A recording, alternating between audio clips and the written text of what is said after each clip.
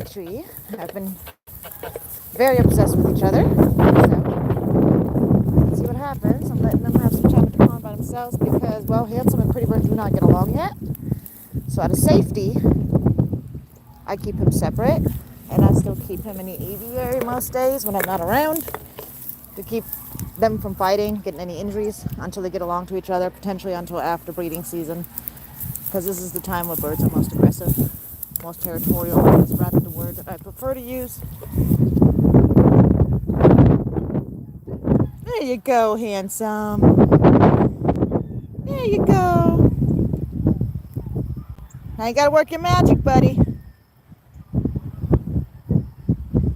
She's a Canada goose. You gotta work for it, man.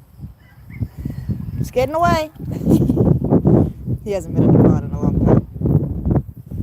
I think he's currently... What is it, Handsome? Is that nice?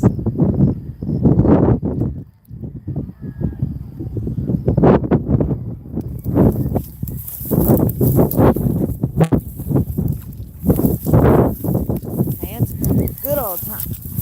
So far, we have... So when it comes to new pairs, y'all already know about Pretty Bird, like mating, Layla, stuff like that, right? And Pretty Bird not being fertile.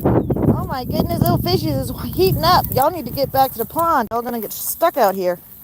A bunch of tiny fishes in this puddled area here, in this marsh area. It's all gonna dry up if you don't move back. Anyway, so what is currently going on with the gaggle is that we have Dodo, who's made it with Ducky. Dodo is our Sebastopol goose, and she has made it with Ducky, our Canada goose gander. We have Peaches, who is one of our domestic girls. She is a mix between an American buff, which is just like him. He's an American buff, the golden one right here, and a African production goose, very similar to Chinese geese, African geese. It's kind of a combo between the two. So she's a mix between those two, and she's made it with Spike, our another Canada gander, and they are producing fertile eggs. Dodo was interrupted laying eggs because she did have a leg injury. Today is her first day back out after healing, so cross your fingers that she does well, that there's no more issues going forward. Hopefully she'll pick up laying again. If she doesn't, then she doesn't. It is what it is. If she wants babies, I will do my best to provide her with babies she can raise up as her own. Anyway, and then we also have a wild Canada goose who appears to be a female, who's been flirting with our gander, Sarah. Not Sarah, Sarah, as in Triceratops. Think of Land Before Time, Sarah. Anyways, so Sarah has a wild female that's been coming in pretty much daily, usually in the evening time, and hanging out with him, flirting with him, and we can get pretty darn close, so we'll see how that goes. Anyway, hey Sarah. Hi Aiden. I know, right? He's like figuring it out. Well, then again, I mean, Handsome was abandoned at a pond down in Houston area. So this is how I got Handsome. For anybody who doesn't know, Handsome was a abandoned gander that showed up about 6 or 7 weeks before I got him. He showed up at a pond in a neighborhood, like, from my understanding, most likely something like an HOA neighborhood, not an area that's like ideal for geese to live. When he showed up there, sorry, I'm walking around my pond because I'm looking for two things real quick. I'm looking for things that are, for an example, trash and other kind of trash, which is like, people used to shoot guns out here, so there's like these small plastic pieces from shotguns that are like perfect size to basically choke and kill my birds. So I will walk around the pond whenever I'm down here and look for them to make sure I pick them up. I've picked up dozens, if not hundreds of them out of this pond, and I rarely find them anymore, which is good, but still, I still check. You know, you never know, could be unearthed. Anyways, so Handsome was at this pond. He'd been there for about 6 or 7 weeks. and there was a lady who was looking after him, taking care of him and all that. And after that time, nobody had come for him. Nobody was looking for him. Yes, sometimes people will lose a bird and will go looking for them. Um, and what happened was she started reaching out for help because, well, he's super friendly to humans, especially females. And he was just not in the right area. He was running across the street, trying to follow people home, trying to find a human to accept him. I mean, it was just heartbreaking. Like, he was just so excited every time he saw certain people. And this one lady that ended up helping him is the one that he was most attached to. And I think she named him Benedita, something like that is what she called him. But basically, he lived there for several weeks. He wasn't really eating much. We don't know why he was down there. We have no idea what his story is. We did later find out that he did have some flight capability.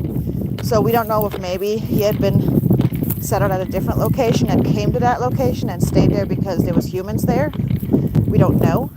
It's possible, considering that a lot of people will set out a goose thinking that, like, where there's wild geese, thinking those geese will just band together and just become a happy big family, which is just simply not true. It's just not how it works. It's a process for geese to get accepted into a gaggle. And setting out a goose, I'm telling you guys, it's literally the exact same thing as if you set out a dog. Okay? These are domesticated animals. They are not wild animals. Even if you have a Canada goose that's been raised in captivity and is tame and imprinted on humans, I can hear Canada geese flying. I just can't see them. They're in this direction. That's why I got distracted. Anyways, even if you have like a Canada goose that you've raised up, see, like mine that have been, raised in domestic homes, that have been bred legally and then sold to me, even those geese, if I were to set them out, it's again still the equivalent as though you were to set out a dog, because these animals have been domesticated. Even if they are of a wild species, just because they're wild species doesn't mean that they can magically live in the wild without ever having been taught to do so. That's why rehabbers have to do certain things to ensure that the animal can survive in the wild. And it's still not going to be as good as if the animal was raised by wild parents. It's always better for them to be raised by their wild parents rather than being raised by humans. Anyways, so Hanson came to us. He's a very large gander, like exceptionally large. So he, let's just say he's, if him and Pretty Bird get into it too hard, if they start fighting too much, he could probably severely injure Pretty Bird. So that's my concern. So because of that, I'm not allowing them to fight it out right now. I mean, Pretty Bird's weight is probably somewhere around 11 pounds. He is mixed between two smaller versions of geese, so like the Canada goose and the Chinese goose, which is what Pretty Bird's mixed with. Those are both smaller geese, like more on like the medium side, whereas Handsome is a heritage breed that was specifically made for meat. So these are meat geese. American buff are specifically meat geese. So they're big, like we're talking like they can be a good 18, 19, 20 to 25 pounds. So these are some big birds. Their body mass is a lot more. Even if they don't seem that much bigger, a couple of inches difference, they're massive. So yeah, compared to say like he is probably close to like 20 pounds, whereas she is more close to probably 8 pounds or so. So they have a large size difference in their body size overall. But you got to remember, they don't have to have a much larger frame to be much larger, because it's also the body mass that makes a big difference as well. So it's actually safer if these two pair up. One of the things a lot of people don't realize is that it's safer for your birds to mate in deep water than it is for them to mate in shallow water. And the reason why is because the females have the ability to dip under and away, and they're not being crushed underneath the male when he mounts her. Okay? Whereas if they are, say, like in a kiddie pool and they can't get away, they're significantly more likely to be drowned or injured during the mating process. So this is important stuff to consider when you have waterfowl, is to give them the ability, as much as you can, to basically have the deepest water you can provide for them. This doesn't mean you have to have a pond to have birds. Definitely do not have to have a pond to have birds. Obviously, it's an amazing thing to have for them, something that they would love. But they're going to be okay with pools. Like in my front yard, I have a couple of pools that are about 2 feet deep, about, I think, 6 or 7 feet round. And those are these dog play pools, like these foldable, transporting, like, you know, and it's the extra large version, that are made for dogs to play in, which works out great for these geese who do have very sharp claws on their feet. Contrary to a lot of people's knowledge, they have claws. So, so you don't want to get a goose or a duck a blow up pool, right? Like you want to get them something that's sturdy that they can't just rip through. Even then, you want to get them something that's made to withstand claws, you know? Anyways, as you guys can see, they absolutely enjoy and love being in the water. Enjoy the pond very much. Right, handsome? You're just loving this, huh? Yeah. So the reason why Maverick is not here, even though Maverick is Handsome's buddy, so him and Petrie, have been like spending all day together, where like she's trying to get in the aviary, where Handsome and Maverick are, but Petrie's got an out for Maverick, which is why I believe that Maverick is supposed to get a female. Canada geese will get very jealous if they choose a male that they like, that they want to date, that they want to be with. Like, she may not be interested in mating this year. She may just be interested in choosing a mate for next year. So since she's only 2 years old, her intent may just be to date him, to try to secure a mate for the upcoming mating season rather than having babies this year. Canada geese will do this. They'll actually date to find an ideal mate. And they want to just be with them all the time when they choose one, right? And Maverick is always with Handsome because Maverick, well, came in around the same time as Handsome. Maverick is a Canada goose who was purchased from a breeder by a family, actually also down in the South Texas area. And it did not work out with them. So because of that, the owners decided when they found me, this wasn't something where they were like, oh, we're looking for a home for him. No, it was something that was kind of in the back of their mind where they were like, is this ideal for him? I'm not sure. You know what I mean? Like certain concerns that they had. And then they came across me. And because I was actually looking for a gander for my gaggle, to basically bring fertility in, potentially, because Pretty Bird is not fertile, and none of my other geese at that point had showed any signs of wanting to mate this year. None of my Canada ganders had shown signs of maturing this year. So I was considering it. I wasn't going through with it. I was just considering it, asking around, seeing what's out there, right? And if I was going to add a gander, it wouldn't have been an American buff, to be honest. I would have actually added a Sebi gander. I actually had one lined up in Oklahoma to potentially add to the gaggle if I was going to go through with it, but I ended up not doing it because, well, Handsome needed a place to go and Maverick needed a place to go, and so I accepted those two instead. I don't know if Handsome is fertile. There's a possibility that he was abandoned at the pond simply because he does not produce offspring. This happens. So to a lot of people, these animals are simply basically like products, okay? So if they do not bring in benefit, then these animals are a waste of time and money. Okay, this is how people see it. I'm not saying I do not say that I agree with it. I'm saying I'm just telling you guys what it is, right? Like how some things work for some people. So for some people, if the animal is not producing fertile eggs, is not and they're not using them for meat, right? And they're only using them for breeding, or they have too many of something, say for example the males, they have too many males and not enough females, and they can't sell the males, or they can't sell the male that is not fertile, they will then sometimes abandon them, thinking that it's okay. It's a bird. Go live on a pond in some random area with other birds, and they'll be okay. There's lots of water and lots of grass for them to eat. That's kind of how they see it, right? And it's something that a lot of people will do, going like, oh, this is better than like putting them down, right? Than putting them to sleep, like, you know. And this is one way that a lot of domestic geese will end up abandoned at ponds, lakes, rivers, and such, and in neighborhoods, because people think, oh, other people got to come and feed them.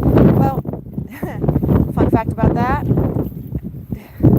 I would say the vast majority of people go outside to feed duckies and geese, whether it is with their children, family day, whether it's just an off thought because, you know, they decided to go boating or fishing or something else, and they decide to, you know, hey, maybe we should bring something for the ducks and geese or whatever, or swans or whatever is there at this pond, lake, or river or whatever, right? How many times, more times than not, right? They're going to bring bread. They're going to feed those birds bread, right? Well, bread has no nutritional value for these birds. None. It's not good for them. It's actually bad for them, if anything. It's more bad for them than it is neutral. As in, like, you're actually doing more damage than you are, like, there's no good that you're doing. And the only thing that you are doing is something neutral and bad. Okay? So if they just get a couple of bites of it, sure, it's not going to be bad. But keep in mind, you're not the only one feeding them bread, right? So you leave, 20 minutes later, somebody else comes over with their toddler, gives them a slice of bread or a loaf of bread, whatever it is, right? Then another person walks by and gives them a couple of pieces of bread from their lunch that they have left over, right? Maybe the goose manages to steal some bread because they recognize it as food and it tastes good and it's filling and it makes them feel like they've eaten a lot. And the goose is gone all day long eating bread and spending very little time foraging. Foraging meaning going to eat grass, bugs, foraging the water, for water plants, for water bugs, foraging for minerals, nutrients and such in the dirt, in the ground, in the grit, all that other stuff that they're supposed to be doing 24/7 basically, okay? So it starts basically interfering with them going and getting their nutrients. And this is even bigger, an even bigger deal when it comes to the babies and the young ones, because they grow so rapidly. Like a gosling, from the moment they're hatched, they will be fully grown by the time they're 8 weeks old. So they're tiny, okay? Like those babies are itty bitty bitty. They're probably about the size of like a softball, all right? From the size of a softball, they turn into something like, it's a man right here, within 8 weeks. Or something like this young lady, Peachy, within 8 weeks.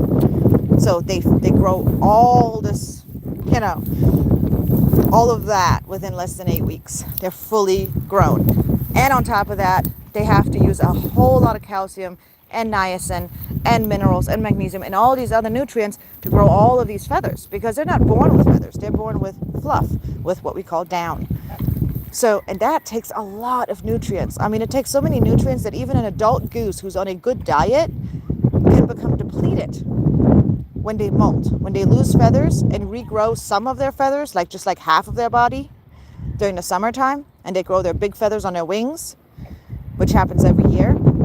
Even if you have them on a good stable diet and you're feeding them good food and they have access to grazing and everything else, it can still cause them to become weak and sickly, because it takes that much energy and that many nutrients for them to regrow their feathers. So imagine a tiny gosling spending most of their days, they're so adorable, let's feed them some food. We're just helping, right? And the intentions are so great, but it's just so bad for them because they need to eat proper foods. So I'm not saying don't feed them, okay? I'm not one of those people that says don't feed the birds at the pond, because guess what? It's going to happen either way, okay? And the birds are going to look for food. If anything, you can feed them the right food, okay? So for an example, a very good brand, right, that if you regularly go to feed birds, and this is something that you really enjoy, right, rather than buying a bunch of bread, $2 here, $3 there, $5 there, depending on what brands you buy at what stores you shop, right? Which, trust me, is going to add up throughout the month of buying all that bread. Instead of doing that, stop by a Tractor Supply. It's not a great food brand, but grab a brand, just grab a bag of like Purina flock raiser, okay? Like a flock raiser, even chicken feed will be so much better for them than that bread, because at least it'll have the nutrients, it'll have the protein, it'll have the niacin, it'll have all those nutrients in it. Just stay away from anything that says medicated when it comes to geese, okay? Do not ever give them any kind of food that says medicated, okay? Also, yes, sunfish, bread is bad. You do not want to feed them bread. And I can also explain a little bit about why bread is bad, outside of the fact that it's a lack of nutrients. It's also a filler, which causes them to not go for the nutrients they should be going for. Another reason why bread is bad, one moment, excuse me,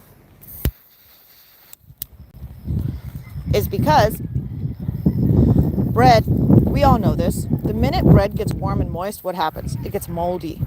It gets moldy quick, right? I mean, like if it's really humid, say you go barbecuing or something, you bring yourself a loaf of bread or a couple of rolls or something like that.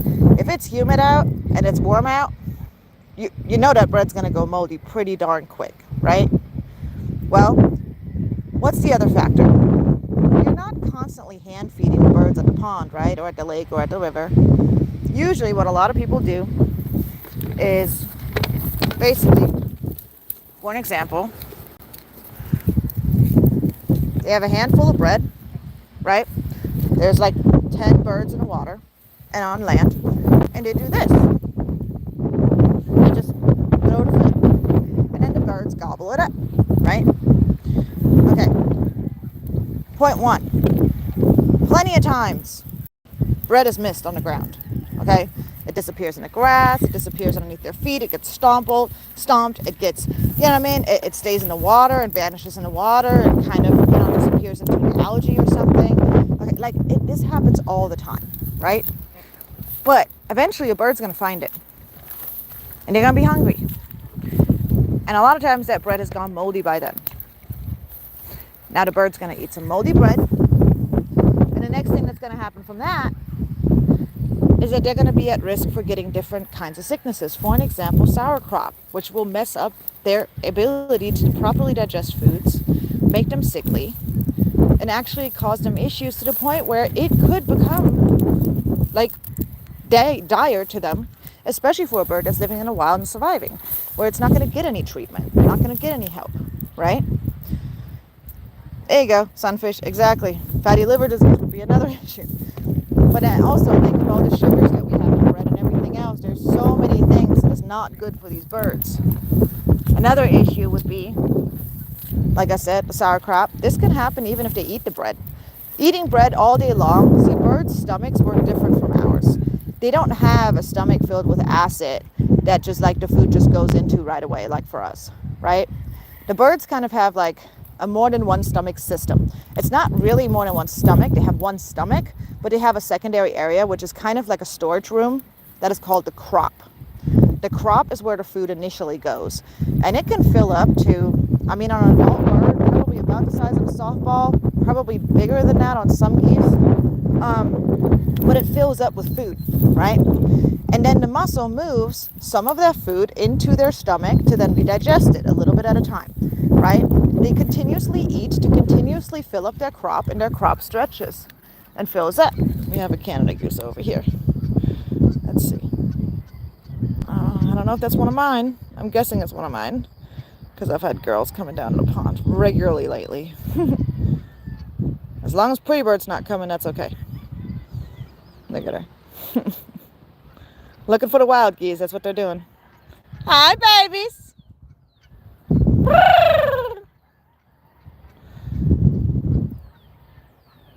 Don't you dare go to the horses. Anyways, but like I said, there's a lot of different reasons why you don't want to feed them the bread. So if you're going to feed them, there's a great food called Missouri. There's Missouri waterfowl feed. It is more on the expensive side, but you can get yourself a little bag for I think like $10. And if you're not going to feed them that often, it'll last you a while, and it's so good for them, especially during this time of the year. This stuff is made to float, so you can throw it on the water. You can get it to all the birds, no matter how far down they are in the pecking order, okay? No matter how bullied they are, you can throw it back there to them. It's not going to just sink. They'll be able to gobble it up and eat it. It's super delicious for them. It's super good for them. If you're feeding them on land, I would recommend things like, at the very minimum, get them flock raiser. If that's not available at your local feed store, chicken feed is still going to be better for them, okay? You can also get them scratch. It's something that's called scratch. It's basically a bag of seeds. So it's going to have corn and like wheat and other kind of like just seeds in it. That is also going to be better for them. Now, I do generally recommend that you use that more in the winter time and focus on corn and seeds in the winter, because those digest slower and actually help them maintain their body heat. So, just so you guys know. Uh-oh, incoming. Uh-oh. Hands up. See? That's what happens with geese. Handsome. Handsome, you better leave her alone. Oh. That's a girl, Handsome. That's a girl, Handsome. You better be nice. I know she attacked you, but you be nice. Come on, let's get you home. It's time for you to go home anyways. Come on, Bubba. See, now Handsome, he's a sweet boy. Notice how you didn't continue going after her? I'm happy about that. His reaction was justified. She did come over and attack him. She was being aggro. Come on, Handsome, let's go. Don't fight me on this. We're going home. Come on. Come on, Petrie. Come on, Petrie. She's not going to want to go without you, Mom. Let's go, Handsome. Come on. Nope, we're not going back in the water. He does this thing where if you put your hand on the front of his neck, he pushes and keeps walking. It's almost like somebody had him trained as like a wagon goose or something to pull things. I don't think that's actually the case. It's just an observation, like a joke. Now I need to walk him back to the house. See? The girl that's obsessed with him is coming. The other one is going to stay back at the pond because she's calling for the other Canadas. I will be bringing the rest of the gaggle down for her. I'm definitely going to be bringing Dodo down and Ducky for Dodo to get some exercise for her legs, because she has been locked up for a while now, and she did have a very nasty limp. The limp was gone when I let her out hours ago, so that's good. So here's another thing. If you notice that that you've got birds in your area and you're worried about avian flu, you can actually help your birds. I don't know if y'all know this, but you can help your birds. If you own birds privately, you can help your birds. You can help actually lower the chances of your birds getting avian flu. And I'm not talking about biosecurity. I'm not talking about keeping your birds locked up. I know how unrealistic that is for some of us, okay? I know how scary it is for some of us. I have a 19-foot apiary by 19 by 9, I think. And for 20 geese, that's not enough. Okay, for them to be locked up in there every day, all day long, it's just not enough. So I have a couple of acres where they're free range, including a pond, and I do have wild geese that come to my property because I own camp females who are mature and looking for a mate. So it's one day, and I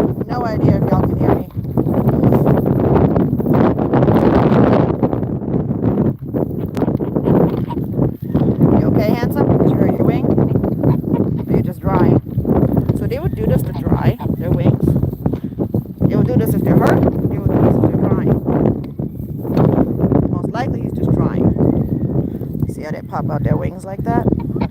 He's letting the wind help him dry underneath his armpit after taking a thorough bath. Yeah, he's handsome. Keep going, handsome. No, don't home. Mama needs to go finish the other aviary. Come on, let's go. Don't tell me to gaggle. It's coming my way.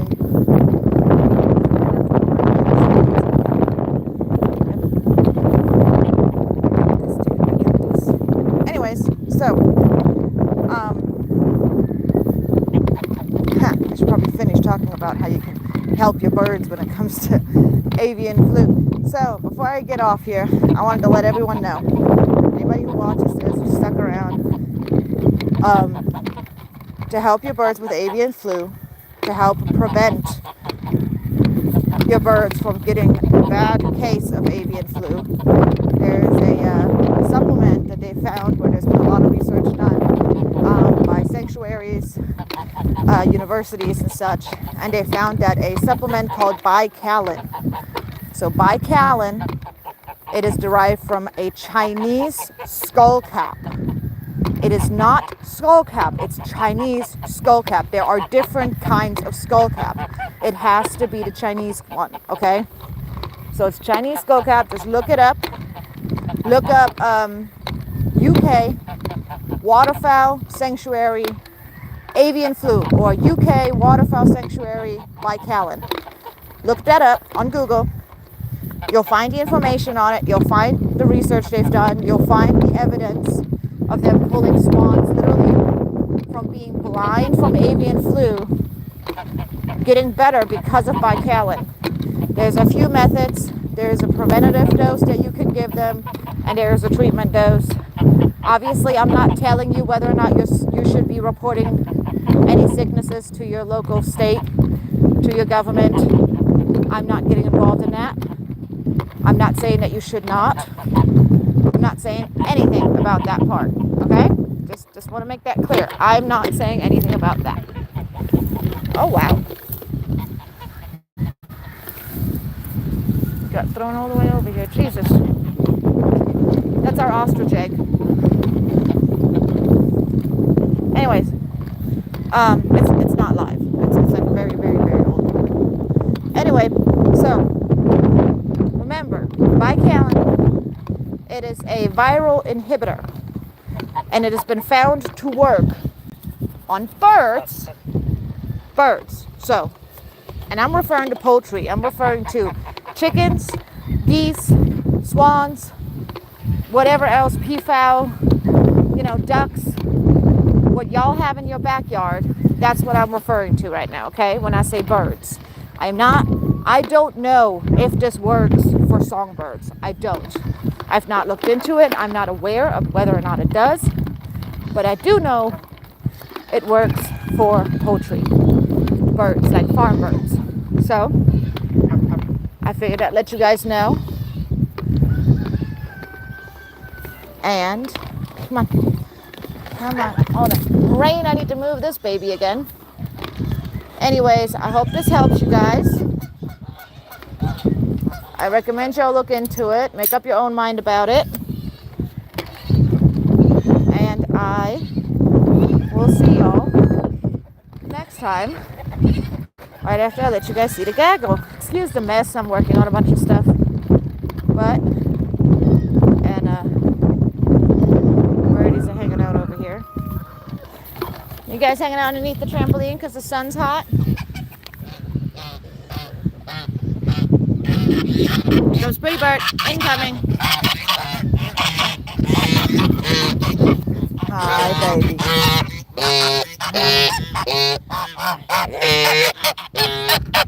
Hi, Peaches.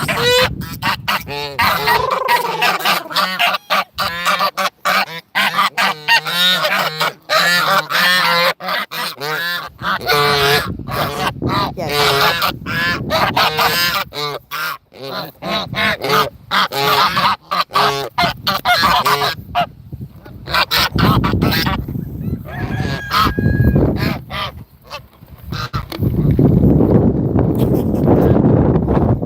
And here's the thing, he's not being a bad bird.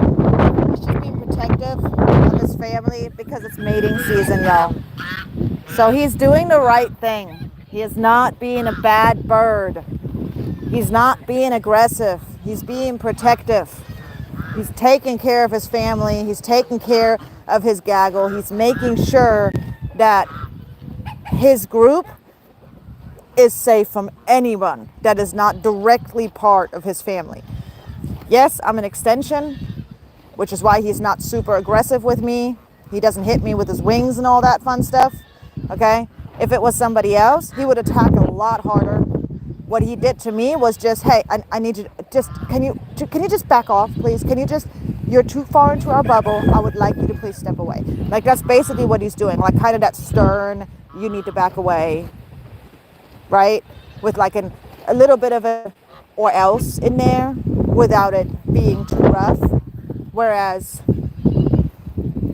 with other people, he would bite hard and he would use his wings to punch and he would be beating them out of his bubble because they would be strangers and they would be an imminent threat, right? Just so you guys understand, there is a difference. It is not a bad behavior. This is part of owning geese. Okay, it's mating season. This is what they do and what they're supposed to do. If you want your gander to keep their goslings alive, then you better hope that your gander is protective of his girl and his gaggle. Anyways, y'all have a good day. I'll talk to you guys later. Bye.